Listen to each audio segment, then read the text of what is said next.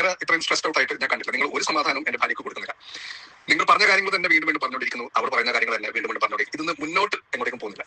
Okay, ഇന്നലെ രാവിലെ ഞാൻ സ്റ്റുഡിയോയിലേക്ക് ഇറങ്ങുന്ന സമയത്ത് ഞാൻ കേൾക്കുന്നത് അവളും നിങ്ങളും കൂടെ തർക്കിച്ചുകൊണ്ടിരിക്കുന്നതാണ്. ഓക്കെ, നിങ്ങൾ പറഞ്ഞ കാര്യങ്ങൾ തന്നെ വീണ്ടും വീണ്ടും പറഞ്ഞുകൊണ്ടിരിക്കുന്നു. അവൾ പറഞ്ഞ കാര്യങ്ങൾ വീണ്ടും വീണ്ടും പറയും. കാരണം ബേസിക്കലി നിങ്ങളോട് ഈ ഒരു കാര്യം പറഞ്ഞിട്ട് ഒരു കാര്യമില്ലെന്ന് എനിക്ക് മനസ്സിലായി. കാരണം അവൾ ഇടാനുള്ള 20 ലക്ഷം എവിടെ എന്ന് പറയുമ്പോൾ നിങ്ങൾ വേറെ എന്താണ്ടോ പിന്നാക്ക് പറഞ്ഞുകൊണ്ടിരിക്കുകയാണ്. അപ്പൊ നമുക്ക് ഇനി അതിനെ പറ്റിയിട്ട് നമുക്ക് സംസാരിച്ചിട്ട് യാതൊരു കാര്യമില്ല എന്ന് മനസ്സിലായി. കാരണം it doesn't get inside your head. You are not ready to accept that. നിങ്ങൾ വേറെ എന്തൊക്കെയോ പറഞ്ഞുകൊണ്ടിരിക്കുക. അപ്പൊ ഇനി സൈറനെ വിളിച്ചിട്ട് ഈ രീതിയിലുള്ള സംസാരം ഉണ്ടായാൽ I will go against you. Saira will file a case against you. ഹറാസ്മെന്റിന് വേണ്ടിയിട്ട് ഒരു കേസ് നിങ്ങൾക്കെതിരെ അവളോട് കൊടുക്കാൻ ഞാൻ പറഞ്ഞിട്ടുണ്ട്. കാരണം വേറൊന്നുമില്ല, നിങ്ങൾ സെയിം കാര്യം തന്നെ വീണ്ടും വീണ്ടും പറഞ്ഞുകൊണ്ടിരിക്കുകയാണ്. അതുകൊണ്ട് ഇനി നിങ്ങൾക്ക് ഇന്നലെ എന്തോ പറഞ്ഞല്ലോ, ഇത് ഉയരെ വന്നപ്പോഴാണ് ERP ആളുകൾ അറിഞ്ഞോ. അറോറ ഏത് പട്ടിക്കറിയാം? അറോറ ഒരു പട്ടിക്കും അറിയില്ല, ഇപ്പോഴും അറിയില്ല. മനസ്സിലായില്ലേ? അതൊക്കെ നിങ്ങൾ പറഞ്ഞതിനനുസരിച്ചാണ് ദുൽഖറോടൊക്കെ ഷെയർ ചെയ്യാൻ പറഞ്ഞിട്ട് ദുൽഖറൊക്കെ ഷെയർ ചെയ്തത് അറോറ എന്നൊക്കെ പറഞ്ഞിട്ട്. ഞാൻ പറഞ്ഞ മനസ്സിലാകുന്നുണ്ട്. അറോറ ഇപ്പോഴും ഒരു പട്ടിക്കും അറിയില്ല, ഉദയം അറിയാം, അറോറ ആർക്കും അറിയില്ല. അപ്പൊ അതുകൊണ്ട് അത് വിട്ടേക്ക്. അതല്ല ഇവിടെ ടോപ്പിക്. ഇനി എന്റെ ഭാര്യക്ക് നിങ്ങൾ തലവേദന ഉണ്ടാക്കുന്നുണ്ടെങ്കിൽ നിജു നിന്നെ വെറുതെ വിടില്ല. ഓക്കെ, ഒരു രീതിയിൽ ഞാൻ വെറുതെ വിടാൻ നോക്കില്ല. നിനക്ക് എന്റെ സ്വഭാവം അറിയില്ല. ഞാൻ ഇടഞ്ഞോ നിജു, അത് ഞാൻ പറഞ്ഞില്ലെന്ന് വേണ്ട. കാരണം ഈ ഒരു സെൻസും ഇല്ലാത്ത കാര്യം ബാക്ക് ടു ബാക്ക് ഇങ്ങനെ പറഞ്ഞുകൊണ്ടിരിക്കുക. ഇത് ഞാൻ പിന്നെ ലിസൺ വൺസ് ഒന്നുമല്ല. നീ ഈ വോയിസിലോട്ട് സേവ് ചെയ്ത് വെച്ചോ. നിനക്ക് ഇത് ആർക്കെങ്കിലും അയച്ചു കൊടുക്കണം, നീ അയച്ചു കൊടുത്തോ, എന്നാലും കുഴപ്പമില്ല. നിന്റെ ഭാഗത്ത് ഒരു സത്യമില്ല. ഇടാത്ത പൈസ കാര്യം പറഞ്ഞുകൊണ്ടിരിക്കുന്നു, ഒരു ഡോക്യുമെന്റേഷൻ ഇല്ല. ഇത്രയും എനിക്ക് നീ വോയിസിലോട്ട് റിപ്ലൈ ഒന്നും അയക്കണ്ട. ഞാൻ കേൾക്കാൻ പോകുന്നില്ല, ഞാൻ കാണാൻ പോകുന്നില്ല. എനിക്ക് താല്പര്യമില്ല. ഞാൻ വളരെ കാമായിട്ടാണ് പറയുന്നത്. ഇനി സൈറയ്ക്ക് ടെൻഷൻ ഉണ്ടാക്കുന്ന കാര്യം എന്തെങ്കിലും നിന്റെ ഭാഗത്ത് ഉണ്ടാവുകയാണെങ്കിൽ we are going to move legally. ആ പാവം നീ ഇൻവെസ്റ്റ് ചെയ്ത പൈസ എങ്ങനെയെങ്കിലും തിരിച്ച് ദ ഹോൾ ഗ്രൂപ്പ് പറഞ്ഞു അവളോട് ഇത് കൊടുക്കേണ്ട യാതൊരു കാര്യമില്ല. പക്ഷേ നിനക്ക് നീ ഇൻവെസ്റ്റ് ചെയ്ത പൈസ തിരിച്ചു തരാൻ വേണ്ടിയിട്ട് അവൾ പെടാപ്പാട് വരുമ്പോൾ ഇനി അവളുടെ തലയിൽ കയറി നിരങ്ങാൻ നോക്കി കഴിഞ്ഞിട്ട് പൊന്നു നിജു എനിക്ക് അറിഞ്ഞോ ഞാൻ എന്താ ചെയ്യാൻ പറ്റുന്നത് കേട്ടോ. ഞാൻ പറഞ്ഞില്ല. കാരണം എന്റെ വീട്ടിലെ സമാധാനം എനിക്ക് വളരെ ഇമ്പോർട്ടന്റ് ആണ്. നീ ഡെയിലി വിളിച്ചിട്ട് ഇന്നലെ ഒക്കെ വിളിച്ച് പറഞ്ഞ കാര്യം വീണ്ടും വീണ്ടും പറഞ്ഞ് എന്താണ് എന്തെങ്കിലും ഇപ്പം അവൾ പറഞ്ഞു ഡോക്യുമെന്റ് ഡീറ്റെയിൽ ആയിട്ടുള്ള കാര്യങ്ങൾ പറഞ്ഞിട്ട് നീലേക്ക് നീ സ്ഥിരമായിട്ട് പറഞ്ഞുകൊണ്ടിരിക്കുന്ന കാര്യം തന്നെ അതങ്ങനെ ടൈപ്പ് അയച്ചിട്ട് അതിൽ മാറ്റണോ? അതുമില്ല. നിന്റെ ഞാൻ നിന്നോട് നിന്നെ കൊണ്ട് പറ്റുന്ന പോലെ മേടിക്ക് എന്ന് പറഞ്ഞു കഴിഞ്ഞാൽ തീരാവുന്ന പ്രശ്നമേ ഉള്ളൂ. നിന്നെ കൊണ്ട് പറ്റുന്നത് പോലെ നീ മേടിച്ചോ എന്ന് പറഞ്ഞു കഴിഞ്ഞാൽ തീരാവുന്ന പ്രശ്നമേ ഉള്ളൂ. പക്ഷേ we are working for you. എങ്ങനെയെങ്കിലും അടുത്ത പ്രോജക്റ്റിംഗ് എങ്ങനെയെങ്കിലും നിനക്ക് കുറച്ച് പൈസ ഉണ്ടാക്കാൻ നമ്മൾ ശ്രമിച്ചുകൊണ്ടിരിക്കുമ്പോൾ എന്റെ ഭാര്യയ്ക്ക് എനിക്ക് നിന്നെ കാണാം, എനിക്ക് നിന്റെ മുഖം കാണാം. ഞാൻ നിന്റെ കൂടെ ജന്മത്തിൽ വർക്ക് ചെയ്യാൻ പോകുന്നില്ല, ERP വർക്ക് ചെയ്യാൻ പോകുന്നില്ല. എന്റെ ഭാര്യ നിനക്ക് എന്തെങ്കിലും രീതിയിൽ ലോൺ എടുത്തിട്ട് നിനക്ക് കുറച്ച് പൈസ കിട്ടട്ടെ എന്ന് വിചാരിക്കുമ്പോൾ നീ അവർക്ക് ഉണ്ടാക്കി കൊടുക്കുന്ന തലവേദന എന്ന് പറയുന്നത് ചിലരൊന്നുമല്ല. അതുകൊണ്ട് ഈ പരിപാടി നമ്മൾ ഇവിടെ അവസാനിപ്പിക്കാൻ കേട്ടോ. ഈ പരിപാടി നമ്മൾ ഇവിടെ അവസാനിപ്പിക്കാൻ സൈറ നിനക്ക് പൈസ തരുന്നു. ഞാൻ അവളോട് ഇപ്പോൾ ഞാൻ പൈസ കൊടുക്കണം. കാരണം നിന്റെ സ്വഭാവം ഈ പറഞ്ഞ കാര്യം ഒരു രീതി ഞാൻ നിങ്ങളുടെ പ്രൊഡക്ഷന്റെ കാര്യം ഒരു വെള്ളം ചോദിച്ചു കഴിഞ്ഞാൽ തരാനാവില്ലാതെ പറഞ്ഞിട്ട് നീ ഏതോ ഒരു വാട്സ്ആപ്പ് ഗ്രൂപ്പിന്റെ കാര്യം പറഞ്ഞിട്ട് അത്രയും ബുദ്ധിയില്ലാത്ത ഒരുത്തരാണ്. ഞാനില്ല വാട്സ്ആപ്പ് ഗ്രൂപ്പിൽ.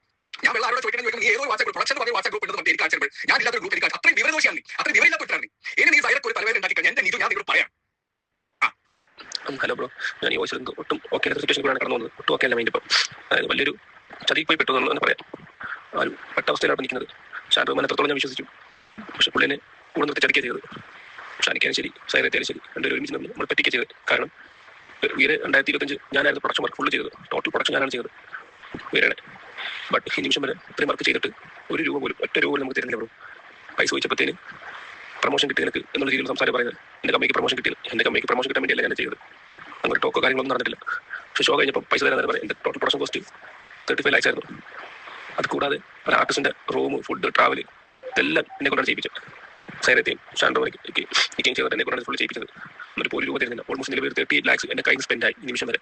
അതെല്ലാം അക്കൗണ്ടിൽ കൂടാണ് ചെയ്തേക്കുന്നത്. ഒരു രൂപ ക്യാഷ് ചിലവാക്കിയിട്ടില്ല. എല്ലാം അക്കൗണ്ടിൽ കൂടെയാണ് എല്ലാം ചെയ്തേക്കുന്നത്. എന്താണെന്ന് വെച്ച് കഴിഞ്ഞാൽ ഷാൻഡ്രോമാൻ്റെ ബാൻഡിൻ്റെ മാനേജറായിരുന്നു നെബിൽ. കീബോർഡ്സ് അവരുടെ ബാൻഡ് കീബോർഡ്സ് നെബിലാണ് എന്നെ കോൺടാക്ട് ചെയ്ത് ഞാൻ ഷോ ഉണ്ടെന്നും ഇതിൻ്റെ പ്രൊഡക്ഷൻ വർക്കുകൾ ഞാൻ ചെയ്യണമെന്ന രീതിയിൽ എന്നെ അപ്രോച്ച് ചെയ്തു. ഞാനെന്നെ കോസ്റ്റ് കാര്യങ്ങളൊക്കെ വെച്ചു. അതിനുശേഷം ഒരു ഡിസ്കഷനിലൂടെ എനിക്ക് വർക്ക് കൺഫേം ആക്കുകയും നമുക്ക് ചെയ്യാനുള്ള തീരുമാനിക്കുകയും ചെയ്തു. അവരുടെ പ്ലാൻ അനുസരിച്ച് കാര്യങ്ങളെല്ലാം ചെയ്ത ആ സമയത്ത് എന്നോട് പറഞ്ഞിരുന്നത് അവരുടെ band total cost including land means അവരുടെ ട്രാവൽ അക്കോമഡേഷൻ അവരുടെ കോസ്റ്റ് 25 lakhs എന്നാണ് എന്നോട് പറഞ്ഞത്. അപ്പോൾ ഞാൻ ചോദിച്ച ടിക്കറ്റിൻ്റെ സ്പോൺസർഷിപ്പ് കിട്ടുകയും ചെയ്തു എന്ന് പറഞ്ഞു. അപ്പം അത് ഇതിനകത്തോട്ട് കൊണ്ടുവരാനുള്ള രീതിയിലൊക്കെ സംസാരിപ്പിക്കുകയും എന്നാണ് പറഞ്ഞത്. അപ്പോൾ ഞാൻ ചോദിച്ച ടിക്കറ്റിൻ്റെ റവന്യൂ കാര്യങ്ങളൊക്കെ എങ്ങനെയായിരിക്കും എന്നുള്ള കാര്യങ്ങളൊക്കെ ചോദിച്ചിട്ടുണ്ടായിരുന്നു. അപ്പോൾ അത് വീരുടെ കോസ്റ്റ് 25 lakhs ആണ് ടോട്ടൽ വരുന്നതാണ് പറഞ്ഞത്. എന്നിട്ട് ഓക്കെ എന്നിട്ട് ഇങ്ങനെ ചെയ്യാൻ തീരുമാനിച്ചു. ഒരാഴ്ച കഴിഞ്ഞിട്ട് എന്നെ വീണ്ടും വിളിപ്പിക്കുകയും അവർക്ക് 35 lakhs സ്പോൺസർഷിപ്പ് കിട്ടുകയും ചെയ്തു എന്ന് പറഞ്ഞു. അപ്പം അത് ഇതിനകത്തോട്ട് കൊണ്ടുവരാനുള്ള രീതിയിലൊക്കെ സംസാരിച്ചു. കാരണം കൂടെ നിർത്തി മീൻസ് എന്നെ ഓരോ കാര്യം പറഞ്ഞ് കൺവിൻസ് ചെയ്തുകൊണ്ടിരുന്നു. എത്ര വർഷം അവർക്ക് നഷ്ടം വരില്ല, പക്ഷേ നിന്റെ പൈസ തരാമെന്നുള്ള രീതിയിൽ.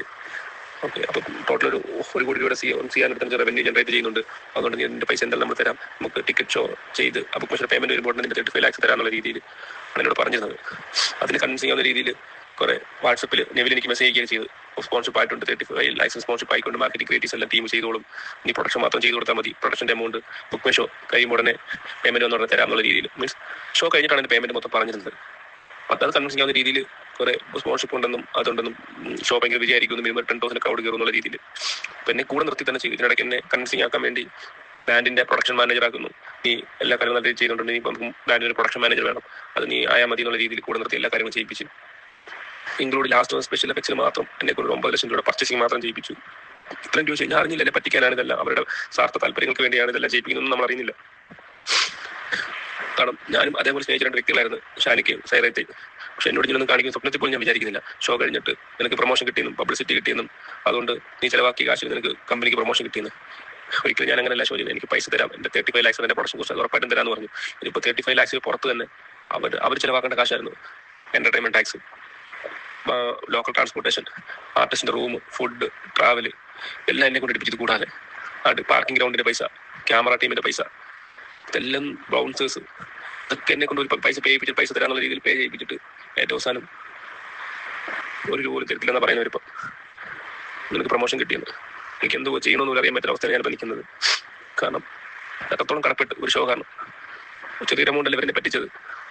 38 ലക്ഷം രൂപയാണ്. ഇനിയും ആൾക്കാർക്ക് ചെറിയ എമൗണ്ടുകൾ കൊടുക്കാനുണ്ട്. എനിക്കറിയില്ല ബ്രോ എന്ത് ചെയ്യണമെന്നുള്ള അവസ്ഥയിലാണ് ഞാൻ നിൽക്കുന്നത്. എല്ലാ രീതിയിലും അവരെന്നെ മാനസികമായിട്ട് തകർത്ത് തുടക്കം മുതൽ അവരെ പറ്റിക്കണമെന്നുള്ള രീതിയിലാണ് ഓരോ കാര്യങ്ങൾ അപ്രോച്ച് ചെയ്തത്. ഓരോ കാര്യങ്ങൾ പറഞ്ഞ് വിശ്വസിപ്പിക്കുകയൊക്കെ ചെയ്ത് പറ്റിക്കണമെന്ന മെന്റാലിറ്റിയിലാണ്. ഞാൻ നവംബർ 26 എഗ്രിമെന്റ് ചോദിക്കുന്നു, പ്രോപ്പർ എഗ്രിമെന്റ് തരുന്നില്ല. ഏറ്റവും അവസാനം ഷാൻഡ്രോമാണ് ഡയറക്റ്റ് പോയി കണ്ടു. ഞാൻ എഗ്രിമെന്റ് ഞാൻ അവരുടെ ബാക്കൗട്ട് ചെയ്തു. ജനുവരി 12 ഞാൻ ബാക്കൗട്ട് ചെയ്തു. ഞാൻ ചെയ്യുന്ന എഗ്രിമെന്റിൽ ചെയ്യില്ല എന്ന് പറഞ്ഞപ്പോഴത്തേന് ഒരു കൂടുതലുള്ള നിമിഷം വിളിച്ചിട്ട് പറഞ്ഞു, നിനക്ക് എന്ത് ഷാനിക്കയോട് സംസാരിക്കുന്നത്, ഡയറക്റ്റ് ഷാൻ ചേട്ടനെ വിളിച്ചിട്ട് കാര്യം പറയാൻ പറഞ്ഞു. ഞാൻ അതനുസരിച്ച് ഷാനിക്കെ വിളിച്ചിട്ട് ഷാനിക്കോട് നേരിട്ട് കടന്ന് സ്റ്റുഡിയോയിലോട്ട് വരാൻ പറഞ്ഞു. ഞാൻ നേരിട്ട് പോയി കാര്യങ്ങളെല്ലാം കണ്ടു. ഞാൻ പറഞ്ഞു ഷാനിക്ക അങ്ങനെ ബാക്കൗട്ട് ചെയ്യാൻ ഒരു എനിക്ക് കളയാനില്ല ഷാനിക്ക, ഞാൻ ബാക്കൗട്ട് ചെയ്യാന്ന് പറഞ്ഞു. അപ്പം എൻ്റെ 2 ദിവസം നിനക്കെല്ലാം ക്ലിയർ ആക്കി തരാമെന്ന് പറഞ്ഞു ഷാനിക്ക. എന്നിട്ടും ആയില്ല. അങ്ങനെ വീണ്ടും ഞാൻ 18 തീയതി രാത്രി ഷാനിക്ക് നേരിട്ട് പോയി കണ്ടു.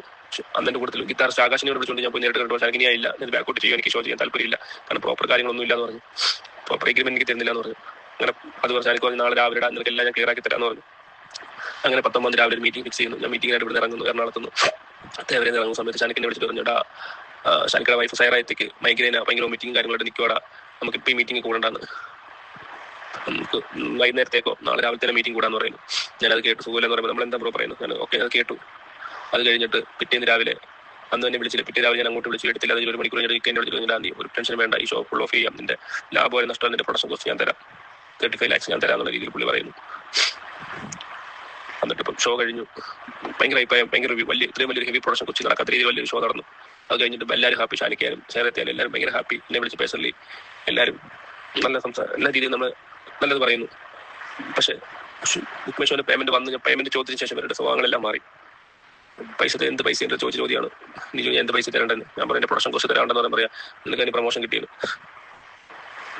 എനിക്കറിയില്ല എന്താ ചെയ്യേണ്ടത്. നിനക്ക് സംസാരിക്കുന്ന ആൾക്കാരെ കണ്ടിട്ടില്ല. കഷ്ടപ്പെട്ട് 2 മാസം പണിയെടുത്ത കാശ് ചോദിക്കുന്നത്, പണിയെടുത്ത കാശാണ് ഞാൻ ചോദിക്കുന്നത്. എന്നെ വിശ്വസിച്ച് നിൽക്കുന്ന സ്റ്റാഫുകളും അല്ലെങ്കിൽ നമ്മൾ കൂടെ നിൽക്കുന്ന ലേബേഴ്സും എന്നെ വിശ്വസിച്ച് പണിയാം. രാവും പകലും അവർക്ക് വേണ്ടി പണിയെടുത്തിട്ട് 19 തീയതി തരാന്ന് പറഞ്ഞ് ഗ്രൗണ്ട് തന്നത് 22 തീയതി. 4-5 ദിവസം ഡേ നൈറ്റ് 24 hours പണിയെടുത്തിട്ടാണ് ആ പ്രൊഡക്ഷൻ കംപ്ലീറ്റ് ചെയ്തത്. എന്നിട്ട് അത്രത്തോളം അവരെന്നെ എന്താ പറയേണ്ടത് എനിക്കറിയില്ല. ആ രീതിയിലാണ് അവർ പല നശിപ്പിച്ച് ഇട്ടേക്കുന്നത്. അവരുടെ ഏറ്റവും വലിയ വിജയം കഴിഞ്ഞാൽ ഒരു പ്രോപ്പർ ലീഗൽ എഗ്രിമെന്റ് ഞാൻ അവരോട് ചെയ്തില്ല. അവർ വാക്കിനെ വിശ്വസിച്ചു. അവിടെയാണ് എനിക്ക് പറ്റിയ തെറ്റ്. അവരെ വാക്കിനെ വിശ്വസിച്ചു, കൂടെ നിന്നു.